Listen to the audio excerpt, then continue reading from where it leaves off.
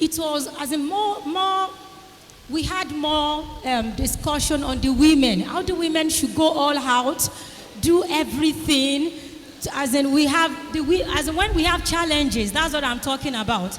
Challenges. Mommy was talking about how she was able to do about 6 things or 7 things together. Our mommy also said things, we see that more emphasis is being laid on women. But the men, I have a good husband. He is not lazy. But I have friends that have issues. And that's why I'm saying this. Many couples, when they get married and things are not fine, marriage is not bed of roses, because examination of life has no timetable. So anything can happen at any time. But when this thing happens, you see men running out of the marriage. Many of them believe the woman is LSLC. That was what I wrote there initially. They believe the woman is the one that is bringing the misfortune. They run out, or they believe the woman is the one that is not good. That is one. Another point is the woman will go all out to do so many jobs. The women are not proud. They can even go to Bodija market and do alaru just to fend for the family. But you see, because the man is not having a good job at that time, the man sits at home and waits for the woman. And in a situation whereby the woman has a good job, and the woman submits the salary to the husband squanders the salary and just spends it anyhow. And because the woman must not talk, because she wants to hold the marriage, she keeps on suffering within. And that was I said, what should be done to men? Should men not be talked to? And what is the place of church in this issue? Thank you. Okay. Yeah, actually, all right. You are just speaking one question that is in my hand. So maybe you are even the one that wrote the question. All right, because I see Eleshe Usi and all those things that are written here. Yes, very, very, very beautiful. Now, what you have said is actually correct. Now, a lot of men are not committed to their marriage. I think when we were talking, we said something about that. Now, I was in church recently, and somebody was asking a question.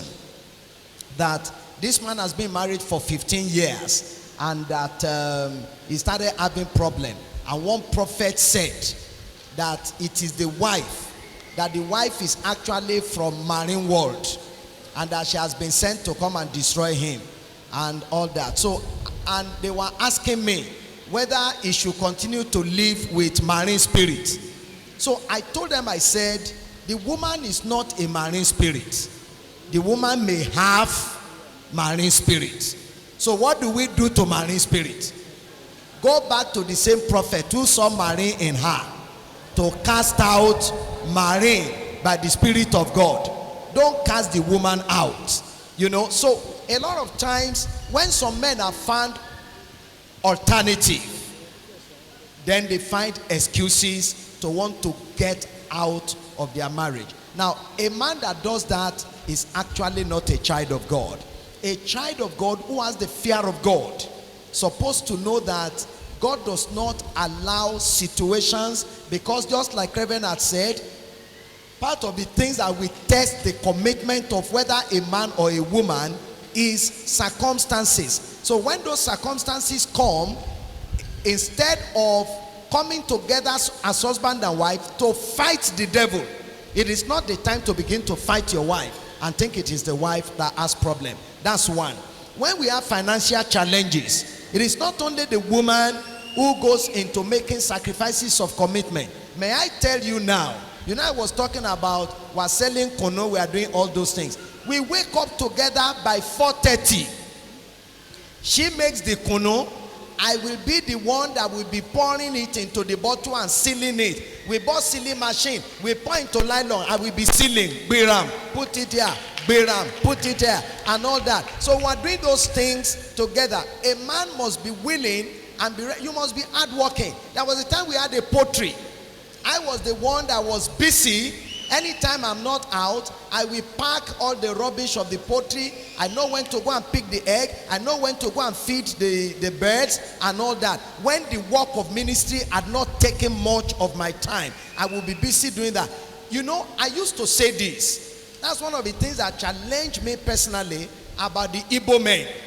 The Igbo man does not know many a job. If he looks for white collar job he doesn't get, and he knows that he can be frying akara and boli somewhere. He's a graduate, it doesn't matter to him. He will go and make a apron, and then he's there, he's doing it, and he's generating money. I think particularly now, in the state of this economy that we have found ourselves, all our men, we must make up our minds that we are ready to do whatever it will take, as long as it is a legitimate business, to generate income into our family. I go around, I say that to people now. A man can go into farming. And recently, I was sharing with them in a church. I said, there are things now that you will invest into in farming, and you will be making money because people are looking for them. Go and plant soursop. Plant. People that have cancer, they are looking for where to get it, and it's very expensive now. And people that don't want to have cancer, they are looking for it. Let me be eating it, let me be using the leaf as tea and all that. Let the men go and work. People are looking for a gatu, isunekakoniya, that cassava that is like, they eat like yam. People are looking for where to get it because it has a lot of vitamin B17 that kill cancerous cell. Men should go and work. Don't just sit down and be looking for your wife to go out. I have come to a conclusion. There is no work a woman can do that a man cannot do. And I think our men should take that challenge.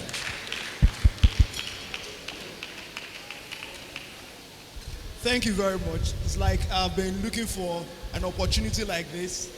I want to acknowledge and praise the conception of a program like this, that we can come together as couples and ask very deep questions. My question is this: when a Christian marriage becomes abusive, because we sweep a lot of things under the carpet, we have Christians suffering abusive marriages. When a Christian marriage suffers abuse, should divorce be considered? Because I once had an experience with a renowned marriage counselor in Ibadan. Said one of the things he ever regretted in that field of practice, that it was a lady, was a particular lady that actually lost her life due to domestic violence. The church was saying there was no place for this thing, you have to keep going on until the man actually slaughtered. So what happens? How do we as Christians handle the situation of abusive marriages? What happens? Thank you very much. I think. Let me say that in football, I like football. Sometimes often you have half time. You have timeout. When a marriage becomes abusive, and abuse comes in different level. So depending on which one we're talking about, we have different grades. But if there is a recurring tendency for abuse, short fuse violence, one thing that I think could be explored, that I've also recommended and I've found it working, is the timeout, is the staying apart. Staying apart, not doing nothing. Please get me. Staying apart and not doing anything will make separation graduate into divorce. In fact, it might give room for other temptations that were not intended. But during the halftime, the coach has a timeout with the players, and he reissues instruction as to strategy, and sometimes he would rejig the tactics and say, you have been going at it this way, I think you could go at it this way. So I believe that if it becomes very abusive, a timeout where the two people are consistently in touch with either a mentor couple or a marriage counselor that will be working on the things that they have not hitherto appreciated about each other, will bring them together as better and stronger than jumping into the pool of divorce. When you take divorce as the out way when there is stress, divorce never might bring a physical separation, it never brings an emotional separation. There's an experiment when I was actively doing church counseling with couple. When intending couple come, we bring tissue paper together and I will gum it together, color white and color blue or color red, and I'll fuse it together. And after a while, I will tell them I want them to separate the tissue paper. Now what happens is that in every piece that they try to separate, what will happen? There will be a bit of the two colors there. When you jump into divorce, you might not be seeing each other physically, but what happens is that you are carrying a part of the person that you divorced in you. And when you marry another person, you will start seeing what is right in one that is not good in the other. And so there will be another remarriage. And so there will be another remarriage. But when abuse comes in, anger is a manifestation of unmet expectation. So a counselor comes in and says, let me work with you. What is the expectation that is not being met? Is it realistic? Is it unrealistic? Is it realistic and ungodly? How do we do the expectation management? So that when you get back to each other, you can become better friends. Half time rather than calling it off is my own understanding. You can take a separation, but not a divorce. Thank you so much. I think that settles it. You know, because actually there's so much pressure in the church that people want somebody to give them license to go and divorce. Now we can't go outside the concept of the word of God. Now Reverend has clarified between two things. There is divorce, there is separation. You will notice that even when Paul was writing 1 Corinthians in chapter 7, when it came to verse 10 and verse 11, he said, and unto the married I command, and yet not I. Let not the wife depart from her husband. He now said, and if she depart, let her remain unmarried. So that gave room for the issue of separation so that we can tidy up things. So when there is abuse, we don't ask somebody to stay in an abused marriage and die. Just like what you have said.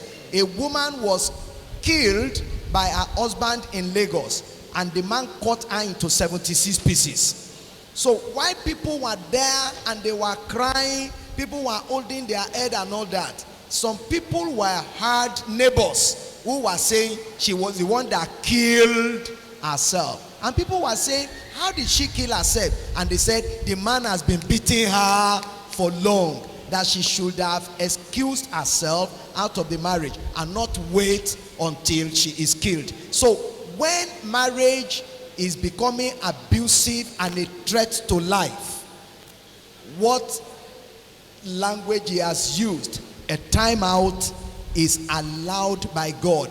But again, the emphasis we must not forget. During the timeout, if you are not making effort through people that can give us spiritual guidance and assistance, that can help the abusive person who is now no longer normal to become normalized, we must make sure that all that is done during the time out, and God allows for such things.